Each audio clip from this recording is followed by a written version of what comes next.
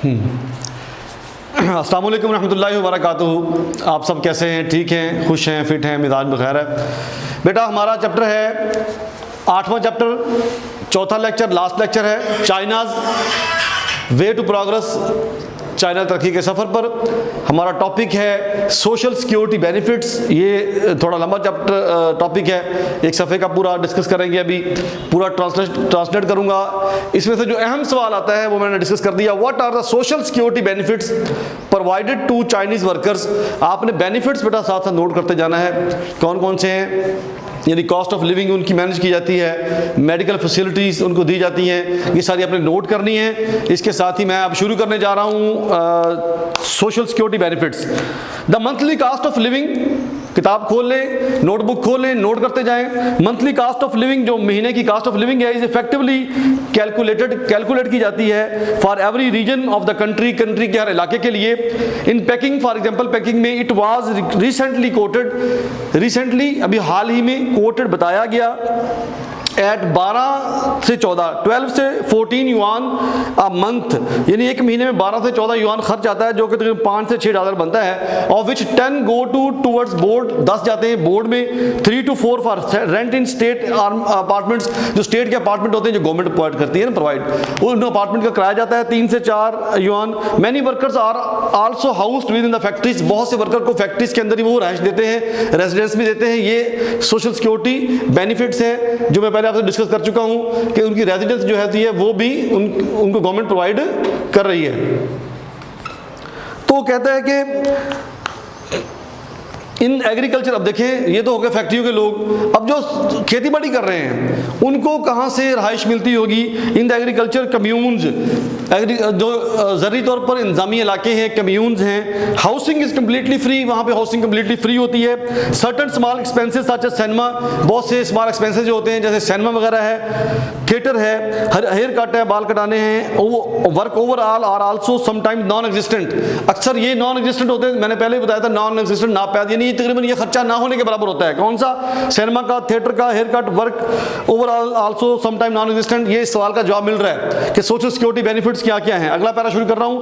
All medical and hospital treatment is entirely free, पूरा hospital और medical treatment जो है इंटायरली होता है, मुकम्मल तौर पे फ्री है for every Chinese worker, her Chinese worker के लिए, और पीजेंट या किसी किसान के लिए। While members of their family, ये तो उनके लिए जो काम करते हैं ना फ्री है। अब जो मेंबर ऑफ फैमिली है बेटा, जो मेंबर ऑफ फैमिली है, family only pay 50%, member of family जो है वो 50% अदा करते हैं जो खर्चा आता है। सिक वर्कर, बीमार वर्कर जो है, रिसीव्स हिज टोटल पे चेक, पूरी तनख्वाह का चेक मिलता है उसे फॉर द फर्स्ट 6 मंथ, पहले 6 महीने बीमार रहा उसको पूरा पे का चेक मिला।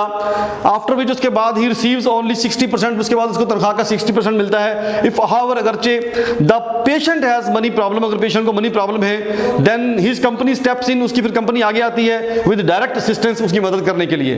तो जो फरमाएंगे, ईच प्लांट, हर प्लांट, फैक्ट्री या एग्रीकल्चरल कम्यून, 3 चीजें हैं। प्लांट लगे होते हैं, मुख्तलिफ जगह पे चीजें बनाने के प्लांट लगे होते हैं, वो कोई फैक्ट्री है, कोई कारखाना है, या एग्रीकल्चरल इंतजामी इलाका है, हल्का है, जैसे हमारे गाँव होते हैं। हैज अ हेल्थ सेंटर, वहां पे होता है कि health centre, and first aid station भी वहां पे होता है। ये सोशल सिक्योरिटी बेनिफिट्स की बात कर रहा हूं। Only in more serious cases, बहुत से सिर्फ सीरियस केस होता है तो सिक सेंट टू हॉस्पिटल, फिर सिक आदमी को अस्पताल भेजा जाता है, बीमार बंदे को अस्पताल भेजा जाता है। जब वो बहुत बीमार होता है तब उसे भेजते हैं हॉस्पिटल, वरना उसको हॉस्पिटल नहीं भेजते।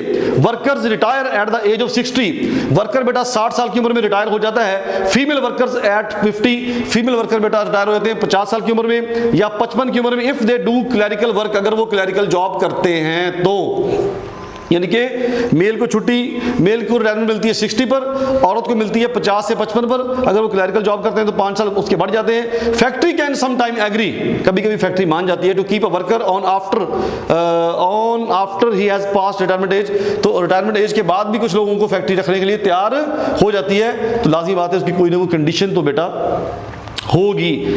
Pensions are related to work seniority. Pension जो होती है किस तरह मिलती है, किस हिसाब से मिलती है, जो वर्क सीनियरिटी होती है उस लिहाज से ये मिलती है। एंड वेरी, और ये तब्दील भी होती है, इसमें तगय्युर भी होता है, इसमें थोड़ा फ़र्क भी होता है। वेरी का मतलब VARY वेरी, तगय्युर बदलाव, या इसमें तब्दीली, या इसमें थोड़ा सा ये कह लें कि तगय्युर होता है, उतार चढ़ाव होता है। फ्राम 50 to 60%, 50 से 70% जो है of the workers last wage, उसकी जो आखिरी तनख्वाह होती है उसका 50 से 70% उसको मिलता है।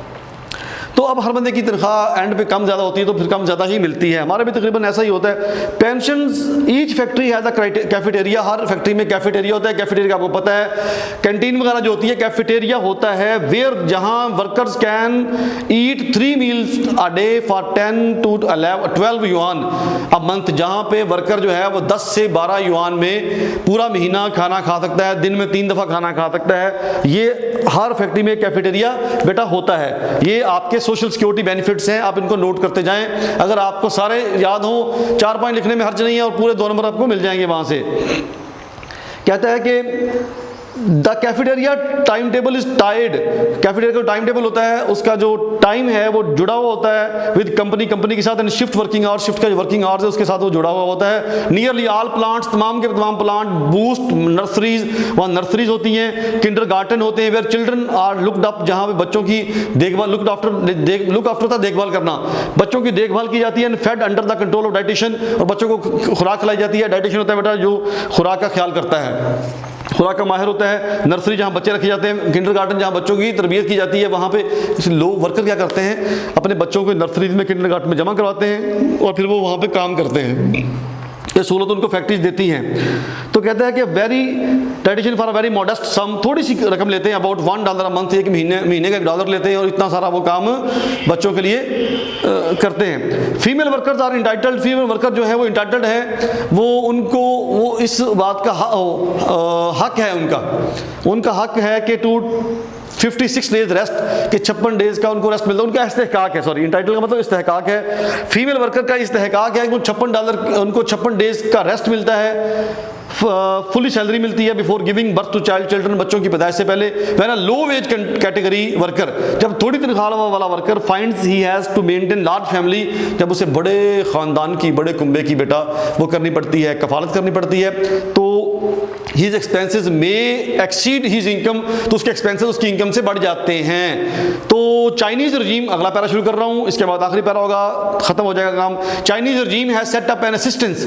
चाइनीज रजीम ने, चाइना की हुकूमत ने एक असिस्टेंस सिस्टम सेट कर रखा है, एक अमदादी प्रोग्राम शुरू कर रखा है, guaranteeing a minimum subsistence level. Subsistence क्या होता है? रोजी रोटी, आप गुजारा अलाउंस, जो रोजी रोटी है वो गारंटी देते हैं कि उनको कम रोजी रोटी का पूरा एक लेवल सेट किया होता है, वो लोगों को तनख्वाह मिलती है। जैसे हमारी हुकूमत कहती है ना कि मजदूर की तनख्वाह 6,000 होगी, 7,000 होगी, कम से कम 10,000 होगी, ये वहाँ भी सबसिस्टेंस लेवल मिनिमम सेट किया होता है। The company where the worker is employed, वो कंपनी जहाँ पे वर्कर काम करता है,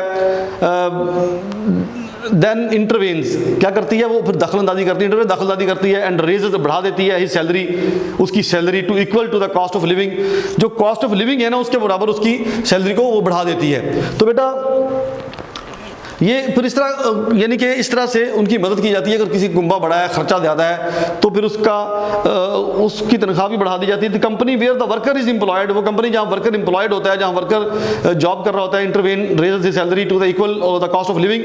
the communes deal with those, communes क्या है? लादी बात है, उनकी बात, फैक्ट्री की जहाँ बात होती है, प्लांट की बात होती है, जहाँ गवर्नमेंट के इदारों की बात होती है, वहाँ कम्यून्स की बात ज़रूर होती है। कम्यून जो जर्री, उनके इंतजामी हल्के हैं। डील विद दोज पीजेंट्स, वो किसानों के साथ कैसे डील करता है? Having wages that are too low, जिनकी तनख्वाह बहुत कम है, who are unable to maintain their family, जो फैमिली को मेंटेन नहीं कर सकते, owing to physical handicap, physical handicap की वजह से, गुर्बत की वजह से, या उनकी कोई माजूरी है उसकी वजह से।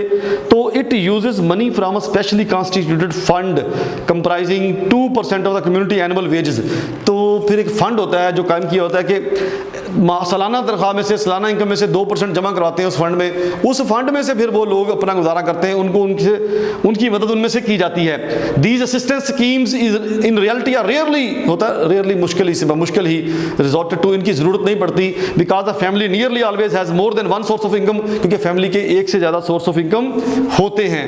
तो बेटा आपको ये समझ आ गई कि बंदा हैंडीकैप है, उसकी तनख्वाह थोड़ी है, तो फिर क्या होता है, गवर्नमेंट उसको बेजारो मददगार नहीं छोड़ती, उसको मुआशरा बेजारो मददगार वहाँ नहीं छोड़ता। सोशल सिक्योरिटी बेनिफिट्स ये है कि उसको उसके खर्चे पूरे किए जाते हैं, किसी तरह भी किए जाएँ। अगला पैरा शुरू कर रहा हूँ। Industrial working hours are 8 hour day, जो सनती काम का दुरानिया है वो है 8 घंटे दिन में, 6 डे अ वीक, एक वीक में 6 दिन, living 1 days holiday a week, और एक वीक में एक छुट्टी, नॉट नेसेसरली संडे, जरूरी नहीं कि वो संडे की हो, वो जरूरी नहीं है कि वो संडे की हो। Normally there is 1 weeks annual vacation, पूरे साल बाद एक वीक की एनुअल वेकेशन भी होती है। 2 weeks if the worker lives far from his family, अगर बंदा अपनी फैमिली से बहुत दूर रहता है, काम करता है, तो फिर उसको 2 हफ्ते की छुट्टी मिलती है। As well as 2 national holidays, और 2 कौमी छुट्टियां होती हैं, मई 1 और अक्टूबर 1। मई 1 और अक्टूबर 1 की छुट्टी भी, यानी 1 मई को भी छुट्टी होती है, अक्टूबर 1 को भी वहाँ नेशनल हॉलीडेज होते हैं। बेटा आखिरी पैरा इस सबक का, 4 लेक्चर थे, चौथे लेक्चर का भी आखिरी पैरा और इस लेक्चर का भी आखिरी पैरा है, ख़त्म करते हैं इसके बाद। देयर आर 2 अपोजिट वर्ल्ड्स, 2 मुख्तलिफ दुनियाएं हैं, 2 मुख्तलिफ जहान हैं। Just as the 2 ways of considering China's future are opposite, जैसे चाइना के फ्यूचर को समझने के लिए भी दो जहान हैं, 2 सोच कार फरमा होती हैं। इसी तरह यानी कि 2 नुक्ता नज़र हैं, ऐसे ही चाइना के भी 2 जहान हैं। One is rigid world of figures and prospects, एक तो अदाद शुमार का सख्त दुनिया है, एक अदाद शुमार का सख्त जहान है, या एक अदाद शुमार का बड़ा रूखा फीका सा एक नुक्ता नज़र है, बेस्ड ऑन इकोनॉमिक फैक्ट, जो जिसकी बेस इकोनॉमिक फैक्ट पर है, मुआशी हक़ाइक़ पर है, as seen by the west, जैसे मगरब उसको देखता है, यानी जैसे मगरब देखता है ना हर चीज़ को अदाद शुमार की नज़र से। एक तो तरीका ये है कि चाइना को परखने के लिए आप अदाद शुमार से देखें कि कितना कौन कमा रहा है, कितना कौन खर्च कर रहा है, कितना कहाँ लगा रहा है, यानी कितने से देखें आप, फिगर प्रॉस्पेक्ट्स देखें। एक तो ये है। Other is the word of faith, दूसरा है ईमान का, अकीदे का, जैसे हमारा है ना मजहबी रुझान, तो उनका अकीदा क्या है, तवज्जो फरमाएं। और डेवलपमेंट ऑफ माओ थॉट के, माओ के नज़रिए को की तरवीज करनी है, फैलाना है थ्रू आउट द चाइना, पूरी चाइना में। किस तरह? With the little red book के जरिए, उनकी रेड बुक बड़ी अहम मुकद्दस किताब है जिसमें माओ के बड़े मैक्सिम लिखे हुए हैं, यानी माओ के नज़रियात को रेड बुक के जरिए फैलाओ। उनका दूसरा फेथ है एज फार वेस्टर्न मगरबी मुआशी कवानीन के मुताबिक, the endless mass of 800 million people, 80 crore लोगों को, हु कैन बी कन्विंस, जिनको कन्विंस भी किया जा सकता है, और गवर्न जिनको महकूम भी बनाया जा सकता है, उनको बनाया भी, कन्विंस होता बनाया भी जा सकता है, तैयार भी किया जा सकता है, एंड डायरेक्टेड, उनको हदायत भी दी जा सकती है along the path decided by the powers, और बाब इख्तियार की तरफ से बनाए गए कवानीन पर उनको मुत्तफिक भी किया जा सकता है, यानी कन्विंस हो गया, और उनको गवर्न भी किया जा सकता है, यानी कंट्रोल भी किया जा सकता है, और उनको हदायत भी दी जा सकती हैं। Might well overthrow the whole, और यही चीज़ें जो हैं, overthrow the whole problem from all sides, चारों तरफ से आने वाली हर प्रॉब्लम को, ये चीज़ें जो की जा सकती हैं, इससे हर प्रॉब्लम का खात्मा भी किया जा सकता है। अब तवज्जो कीजिए, reasoning with the dry yard stick of figures, अगर हम अदादो शुमार के खुश्क पैमाने के साथ अगर हम दलील दें, the contribution of $1 from the each Chinese, तो क्या होगा, अगर चाइना का हर बंदा $1 दे, वुड मेक रफली $800 मिलियन, तो $80 करोड़ बनेंगे। And the contribution of days work, अगर हर बंदा एक दिन का, अपनी एक दिन की दिहाड़ी, एक दिन की अर्निंग दे दे, फ्रॉम ईच पर्सन, हर शख्स, would mean 2 million extra labourers for 1 year without cost to state, तो स्टेट को कितने 20 लाख एक्स्ट्रा मजदूर मिल जाएंगे बगैर किसी तनख्वाह के, यानी कि अगर सिर्फ कोई $1 दे तो $80 करोड़ बनते हैं, बहुत पैसा आ जाएगा उनके पास। और अगर एक दिन की कोई दिहाड़ी दे दे, जैसे हमारे पास में कभी कभी डैम फंड इकट्ठे किया जाता है, और कभी मुख्तलिफ किस्म के फंड इकट्ठे किए जाते हैं, कौन से इकट्ठे किए जाते हैं, कर्ज उतारो मुल्क भी आता है, कर्ज उतारो मुल्क समारोह भी चलता है, तो इस तरह अगर वहाँ भी इकट्ठा किया जाए, एक दिन की दिहाड़ी ली जाए, एक दिन का लोगों से उनकी अर्निंग ले ली जाए, तो बेटा 20 लाख मजदूर बगैर तनख्वाह के मिल जाएंगे गवर्नमेंट को। ट्रू, सच है टू इंक्रीज बाय जस्ट 1, ये भी सच है कि अगर 1 मीटर पर हेड, अगर सिर्फ 1 मीटर बढ़ा दिया जाए availability of cloth for even few as 700 million Chinese, अगर 700 मिलियन यानी 70-80 करोड़ लोग हैं, वो 70 करोड़ चाइनीज के लिए सिर्फ 1 गज कपड़ा, 1 मीटर कपड़ा बढ़ा दिया जाए उनके इस्तेमाल के लिए, you would need enough cloth to go around the world 18 times while the purchase of 1 million. अच्छा, कहता कि आपके पास इतना कपड़ा इकट्ठा हो जाएगा कि 18 दफा पूरी दुनिया को आप लपेट सकते हैं। 70 करोड़ लोगों के लिए आप अगर कपड़ा 1 मीटर बढ़ा दें तो इतना कपड़ा लगेगा ज्यादा कि आप उससे दुनिया का 18 दफा चक्कर लगा सकते हैं, दुनिया को 18 दफा लपेट सकते हैं।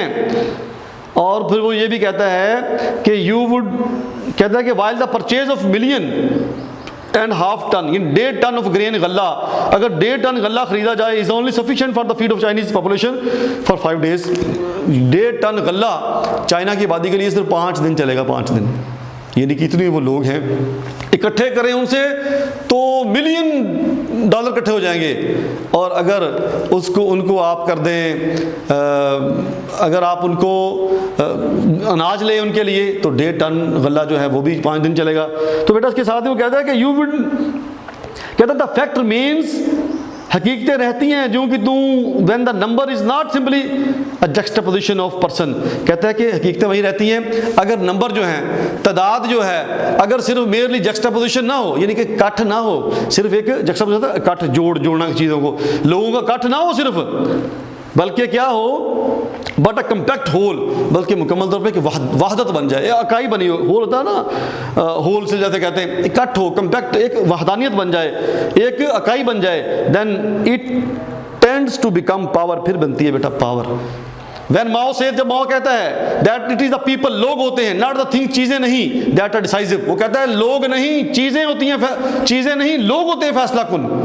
जब माओ से तंग कहता है कि चीजें नहीं लोग फैसला कुन होते हैं, he is trying in fact to demonstrate, असल में वो ये वाजे करना चाहता है that this concept apparently destroyed the modern technology is still a meaningful one.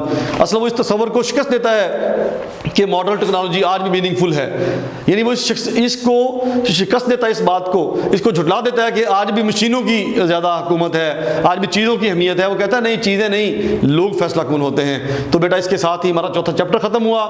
उम्मीद है कि आपने बड़ी तसल्ली से, बड़े शौक से, ज़ौक़ से सुना होगा। इनमें से सवाल अख्ज़ करें, सवालों की मैंने वजाहत भी साथ साथ कर दी है, अल्फाज के मानी भी आपको बताए हैं। इसको बार बार सुने, दोस्तों के साथ शेयर करें, अगर पसंद है तो लाइक करें, ना पसंद है तो डिसलाइक करें, क्योंकि कोई भी शख्स परफेक्ट नहीं है इस दुनिया में, ना आप हैं ना मैं हूं, कोई शख्स इसमें परफेक्ट नहीं है। अगर आप पहली दफ़ा सुन रहे हैं इसे तो काइंडली आप इसे सब्सक्राइब कर लें ताकि आपके पास पहुंचता रहे, ये वो घंटी भी टुनुक से बजा लें आप। और अगर आपको बुरा लगता है, अच्छा लगता है, कोई सजेशन है, कोई चीज़ है तो आप बताना चाहते हैं हमें, तो हमें आपकी जो राय होगी वो बड़ी हमारे लिए काबिल कदर होगी। आप उसे नीचे कमेंट में लिख दें। तमाम लेक्चर, आज से पहले के तमाम लेक्चर इस वीडियो के नीचे लिंक में मैंने, आप नीचे देखें, मैंने दे दिए हैं डिस्क्रिप्शन में, पूरी लिंक में हर लेक्चर का लिंक दिया हुआ है। और इसके साथ ही बेटा अपना ख्याल रखें, पढ़ते रहें, मेहनत करें। मुझे अपने उस्ताद एडी तबस्सुम को और हमारे कैमरे के पीछे खड़े हुए इमरान भाई को क्लिक स्टूडियो से वो हैं, उन्हें इजाज़त दीजिए। अल्लाह हाफिज़, अल्लाह ने के मान।